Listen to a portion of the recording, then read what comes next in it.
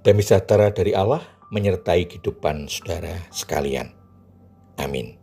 Saudaraku, iman orang percaya berproses dari lahir, bertumbuh dan menuju kedewasaan. Proses pertumbuhan iman tidak berjalan mulus, mengalami pasang surut, jatuh bangun.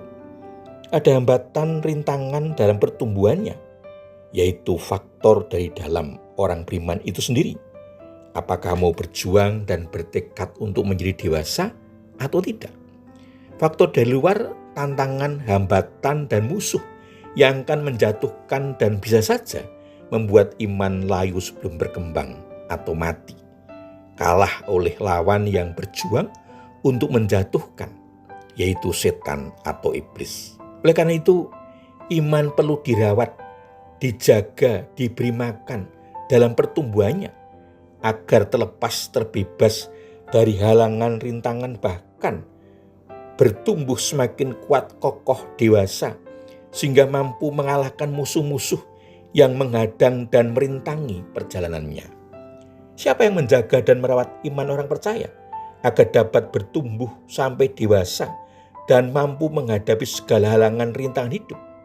Dengan apa iman orang percaya dirawat dan bertumbuh menjadi dewasa? Apa yang menjadi hambatan, penghalang, bahkan musuh iman orang percaya? Dan bagaimana iman orang percaya tetap terus dirawat dan dijaga dalam kehidupannya agar mampu mengatasi segala halangan, rintangan, dan keluar sebagai pemenang dalam setiap pertaruhan iman? Saudaraku, mari kita temukan jawabannya dalam renungan ajaran hidup kali ini. Sebelumnya mari kita mohon berkat Tuhan dengan berdoa. Bapa di surga, terima kasih atas pemeliharaan dan berkat-Mu dalam kehidupan kami sampai saat ini. Kami akan menerima firman-Mu untuk menjawab pergumulan kami tentang bagaimana merawat iman orang percaya dengan segala pergumulannya. Roh Kudus memberikan hikmat kepada kami agar kami dimampukan untuk memahami dan melaksanakan dalam kehidupan. Mohon ampun atas dosa-dosa kami. Di dalam Tuhan Yesus Kristus doa ini kami panjatkan. Amin. Saudaraku yang dikasihi Tuhan Yesus Kristus, firman Tuhan yang akan kita dengar dan renungkan bersama diambil dari kitab 1 Petrus pasal 5 ayat 2 sampai dengan 3 yang tertulis demikian. Gembalakanlah kawanan domba Allah yang ada padamu, jangan dengan paksa tetapi dengan sukarela, sesuai dengan kehendak Allah. Dan jangan karena mau mencari keuntungan, tetapi dengan pengabdian diri. Janganlah berbuat seolah-olah kamu mau memerintah atas mereka yang dipercayakan kepadamu, tetapi hendaklah kamu menjadi teladan bagi kawanan domba itu. Demikian firman Tuhan. Saudara, bagian firman Tuhan tadi diberi tema, siapa yang merawat iman orang percaya? Saudara, Rasul Petrus menyampaikan pesan kepada para penatua yang mendampingi jemaat muda dan orang-orang baru percaya, petobat baru, mengingat banyaknya pencobaan yang akan dihadapi orang percaya dalam pertumbuhan imannya. Petrus mengingatkan betapa pentingnya kepemimpinan yang benar, menunaikan tugas dengan penuh kerelaan hati, kegembiraan, dan menjadi teladan. Para penatua yang menggembalakan orang percaya untuk memelihara hidup iman, mendisiplinkan hidup mereka dengan firman Tuhan, menuntun dalam proses pertumbuhan iman yang pasti akan menghadapi godaan, cobaan, serangan dari iblis. Saudara, bagi para penatua atau juga disebut gembala, karena menggembalakan hidup iman orang percaya, dan para pemimpin gereja dalam konteks kehidupan sekarang harus waspada dalam melakukan panggilan penggembalaannya terhadap dua dosa yang mengancam panggilan dan membahayakan dirinya dan orang-orang percaya yang digembalakannya. Yang pertama, keinginan akan uang. Standar dalam perjanjian baru bagi mereka yang mengawasi pekerjaan Tuhan mendapat sokongan yang memadai dari gereja bagi dirinya dan keluarga. Seorang hamba Tuhan jangan memperkaya diri dari pekerjaan Tuhan, tetapi hidup sewajarnya darinya. Kitab 1 Korintus pasal 9 ayat 14 menyatakan, demikian pula Tuhan telah menetapkan bahwa mereka yang memberitakan Injil harus hidup dari pemberitaan Injil itu. Saudara, baik perjanjian lama maupun perjanjian baru mengajarkan bahwa mereka yang terlibat dalam pemberitaan firman Allah harus ditunjang oleh mereka yang menerima berkat rohani daripadanya.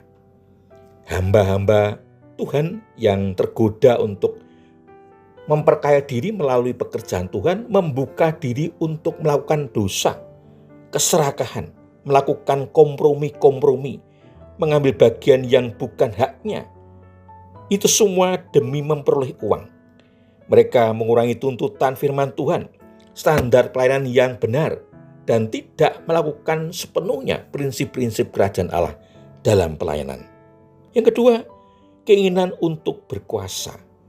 Para gembala dan pimpin gereja yang haus kekuasaan akan menguasai orang-orang yang mereka layani dengan menyalahgunakan wewenang yang dipercayakan Tuhan kepada mereka untuk kepentingan mereka.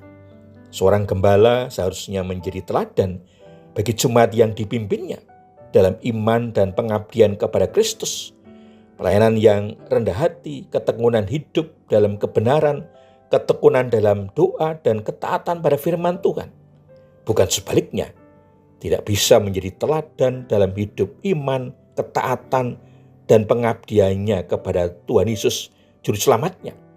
Menjadi pemimpin yang sok kuasa, arogan, memaksakan kehendak, suka melanggar prinsip-prinsip kebenaran dari firman Tuhan, menyederhanakan pelayanan demi praktisnya, mudah dilakukan dan cepat selesai, sehingga mengabaikan esensi, makna dan bobot pelayanan yang berdampak pada penghayatan dan berkat bagi kehidupan iman jemaat yang dilayaninya. Puji Tuhan, luar biasa. Begitu dalamnya makna merawat kehidupan iman orang percaya. Saudaraku, sekarang jelas bahwa para penatua dalam konteks pesan penting Rasul Petrus kepada orang-orang pendatang yang tersebar di Pontus, Galatia, Kapadokia, Asia Kecil, dan Bitinia dalam konteks kehidupan kita adalah para gembala dan pemimpin gereja. Betapa indahnya kalau para gembala dan pemimpin gereja bersama orang percaya, bersama-sama bekerja sama wujudkan panggilan Tuhan, Sang Gembala Agung, agar jemaat atau orang percaya imannya bertumbuh dan menjadi dewasa dan mampu mengatasi hambatan, rintangan, penghalang dalam hidup karena pekerjaan iblis, sehingga menjadi gereja yang diperkenan dan diberkati Tuhan. Tuhan Yesus memberkati. Amin. Mari kita menaikkan syukur kepada Tuhan di dalam doa. Bapa di surga, terima kasih atas berkat firman-Mu yang menjawab pergumulan kami. Siapa yang merawat iman orang percaya? Ternyata Engkau sendiri yang berkenan melalui hamba-hamba-Mu yang Kau utus secara khusus. Mampukan gereja Tuhan terus bertumbuh besar dan kuat, mewartakan karya-Mu, menjadikan nama Tuhan dimuliakan dan kehendak-Mu dinyatakan. Mohon ampun atas kekurangan dan dosa kami, hanya dalam nama Tuhan Yesus Kristus doa ini kami alaskan. Amin. Saudaraku, demikian renungan ajaran hidup. Sampai bertemu dalam renungan selanjutnya. Kasih karunia dan damai sejahtera dari Allah Bapa dan Tuhan Yesus Kristus, pimpinan dan pemeliharaan Roh Kudus memberkati saudara sekalian.